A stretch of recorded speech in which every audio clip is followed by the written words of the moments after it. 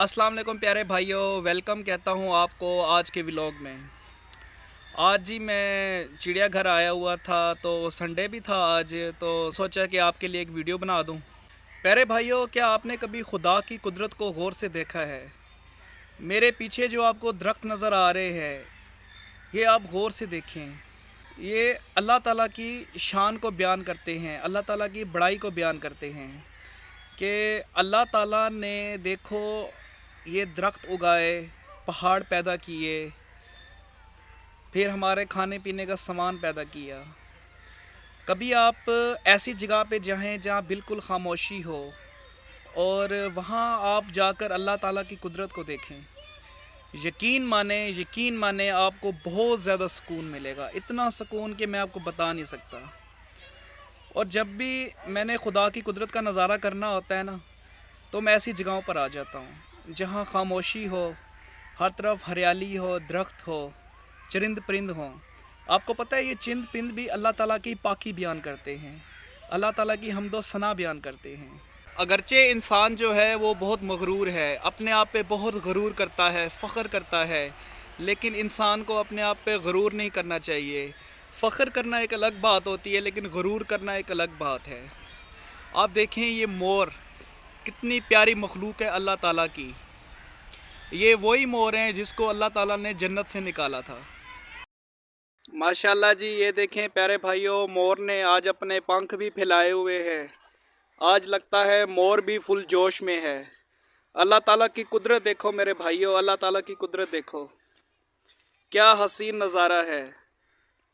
माशाल्लाह, क्या हसीन नज़ारा है। प्यारे भाइयों, ये है अल्लाह ताला की कुदरत। माशाल्लाह जी माशाल्लाह। ये देखें, थोड़ा जूम करके दिखाता हूँ आपको। माशाल्लाह जी माशाल्लाह माशाल्लाह, कितना ही खूबसूरत मंज़र है और मोर कितना ही खूबसूरत लग रहा है। दोस्तों, अल्लाह ताला की कौन कौन सी नेमत को झुटलाओगे आप।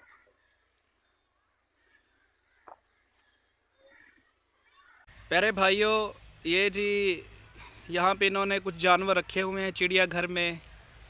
ये इन बेज़ुबान जानवरों को आप देखें, कितनी जो है वो खामोशी से अपना चारा खाते हैं।